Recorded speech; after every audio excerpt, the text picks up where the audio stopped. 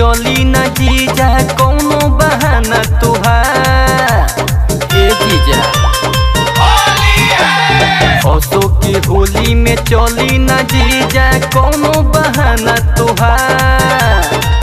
दीदिया के साथे जीजा हो नई हो, दीदिया के साथे जीजा हो नई हो।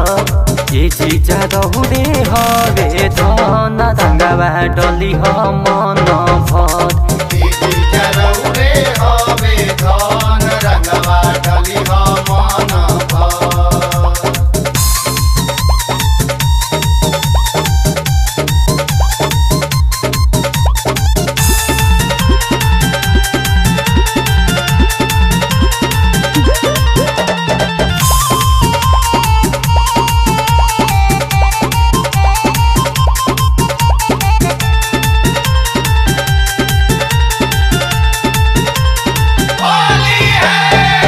जानतानी जीजा बड़ी हवा मतलबी।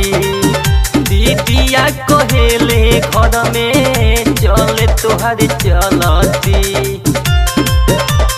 ए हो जानतानी जीजा बड़ी हवा मतलबी।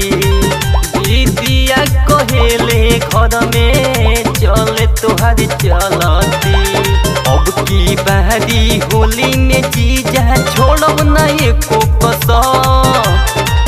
कोनो तने और जीजा होली में असोभत। ये जीजा रहू रे हवे धन रंगवा डली हो मन भर। जीजा दौड़े हवे धन रंगवा डली हो मन भर।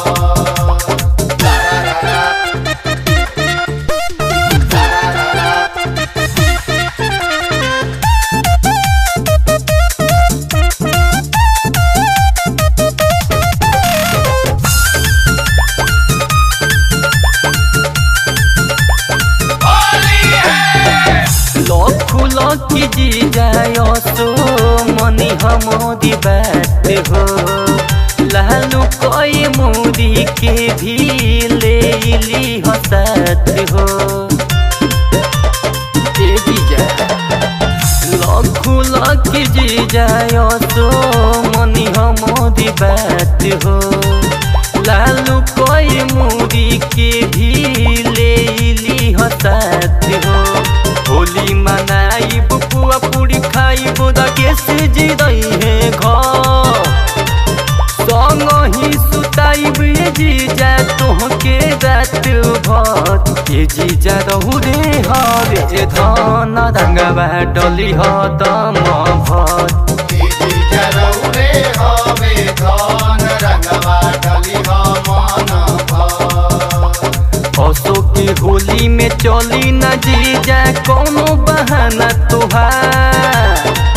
दीदिया के साथे जीजा हो नई हो, दीदिया के साथे जीजा हो नई हो। ये जीजा दौड़े हवे धन रंगवा डली हो मन भर।